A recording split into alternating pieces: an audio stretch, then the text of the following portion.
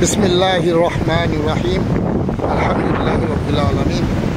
আসসালামু আলাইকুম ওয়া রাহমাতুল্লাহি ওয়া বারাকাতুহু। আজকে আমরা এই মুহূর্তে পরন্ত বিকালে অবস্থান করছি লিডোগি অস্ট্রিয়া সমুদ্রে। প্রচণ্ড বাতাস, এই সামার সিজনেও একটু ঠান্ডা অনুভূত হচ্ছে এখানে, আর মেঘলা আকাশ, বৃষ্টি টুকটাক হয়ে গেছে ইতিপূর্বে। তো নির্জন, এখানে কোনো লোকজন নাই।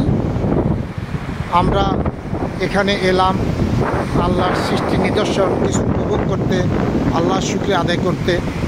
আমরা এসেছি রোম টার্মিনি থেকে মেট্রো বি ধরে পিরামিডে এসে ওখান থেকে আবার লিডোগি অস্ট্রিয়ার আর একটি ট্রেন ধরে এখানে এসেছি। আমাদের লাস্ট স্টপেজ এখানে ক্রিস্টোফোরো কলম্বো স্টেশন। এখানে নেমে আমরা 2-3-4 মিনিট হেঁটে আমরা পশ্চিম দিকে এসে সমুদ্র তীরে পৌঁছে গেছি। তো আমাদের সাথে আছে আমাদের দিনী ভাই ওমর ফারুক ভাই। তো আমরা যে আল্লাহর সৃষ্টির নিদর্শন দেখতেছি, আল্লাহর শুকরিয়া আদায় করতেছি, আমরা অত্যন্ত গৌরবান্বিত। তো আমাদের সাথে ফারুক ভাই আছেন, ওনার অনুভূতি, এখানে আসা, একটা প্রাকৃতিক পরিবেশ ওনার কেমন লাগছে এই ব্যাপারে শরীয়ত মোতাবেক কিছু দলিল বা কথাবার্তা ওনার কাছ থেকে শুনবো আমরা ইনশাল্লাহ, যেটা আমাদের দর্শকবৃন্দ শ্রোতাবৃন্দরা সবাই উপভোগ করবেন এবং অনুপ্রাণিত হবেন। আচ্ছা, তো ইনশাল্লাহ ফারুক ভাই কিছু আমাদেরকে বলবেন। শব্দ ধারণ একটু কঠিন হচ্ছে, বাতাসের আওয়াজ, তারপরে ইনশাল্লাহ চেষ্টা করবেন আল্লাহর নিদর্শন সম্বন্ধে কিছু বলা আমাদের দর্শকবৃন্দদের জন্য। ফারুক ভাই।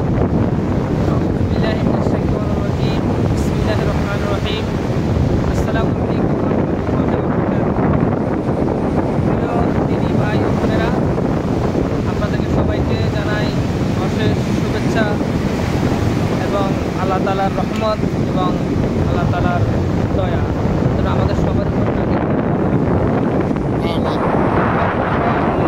একটু ব্যস্ততার মধ্যে একটু সময় করে একটু বাইরেছি, যদি সময় পাওয়া যায় না তারপরে চেষ্টা করছি। তো আমরা এসেছি আল্লাহ তাআলার নিদর্শন দেখার জন্য এসেছি এখানে। একটা প্রাকৃতিক পরিবেশ এবং আল্লাহ তাআলার নিদর্শন সৌন্দর্য। এক পাশে আছে সমুদ্র, আরেক পাশে আছে সুন্দর বিশাল পাহাড় এবং বাগান।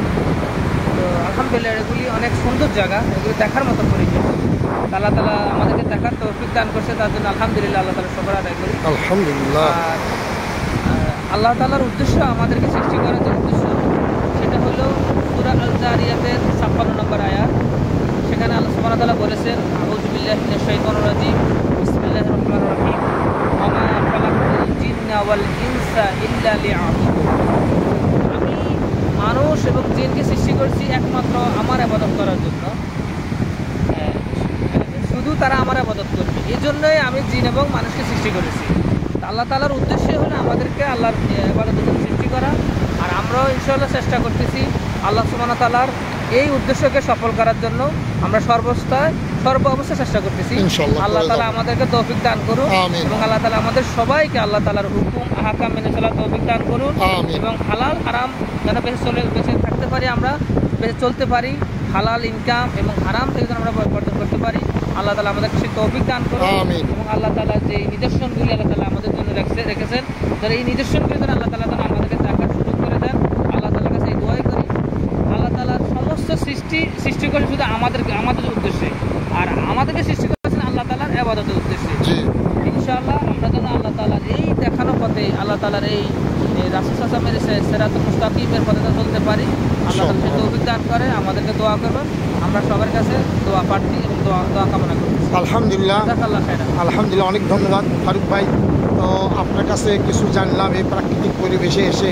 তো আমাদের দেশি ভাইরা যারা রোমে অবস্থান করছেন এবং আশেপাশে আছেন, বিভিন্ন কাজে ব্যস্ততা, ওনাদেরও তো সময় হয়, সাপ্তাহিক ছুটির সময় হয় এরকম, তো ওনাদেরও তো এখানে আসা উচিত। আপনি কি মনে করেন? হ্যাঁ, তো তাদের জন্য কিছু বলেন আল্লাহর সৃষ্টি। হ্যাঁ, ব্যস্ততার সবাই ব্যস্ত না, কারণ বিদেশ পানি হলো প্রবাস জীবন, ব্যস্ততা। এর মধ্যে একটু পাঠ করে যদি সময় করে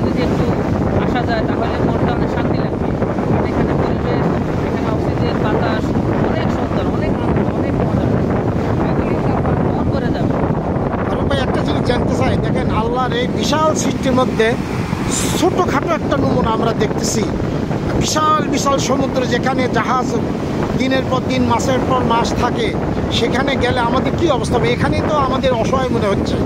একটু যদি দূরে পানির ভিতর যাই, নিজেকে আর কিছুই করতে পারবো না, কোনো সাহায্য করতে পারবো না। আল্লাহ তাআলা কোরআনে মাজিদে বলেছেন যে যখন তারা সমুদ্র ভ্রমণ করে, সমুদ্রে কোনো ধরনের বড় ধরনের বিপদে পড়ে, তখন তারা শুধু আমাকে ডাকে, ইয়া রব আমাকে সাহায্য করেন, আমাকে সাহায্য করেন, আমাদেরকে বাঁচান।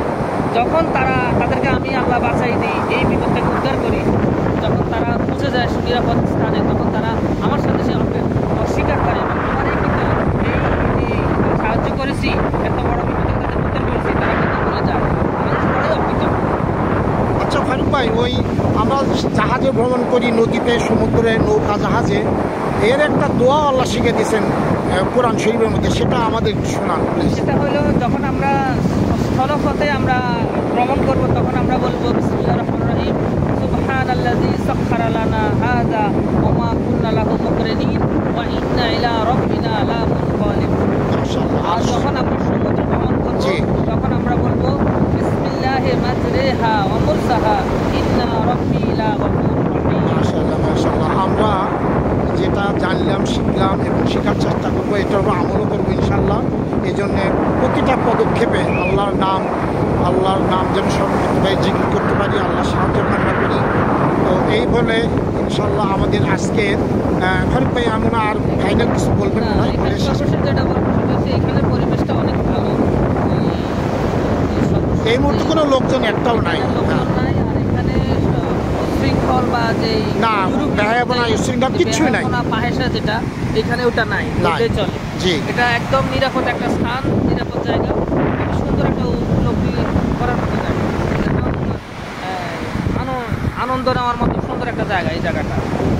আর আমার মনে হয় এখানে গোসল করার কোনো সমস্যা হবে না। হ্যাঁ, যদি কেউ আসে বিকালবেলা, সন্ধ্যার আগে গোসল করতে পারে, মানে ঠান্ডা বাতাস পাইনি, ঠান্ডা হবে হয়তো।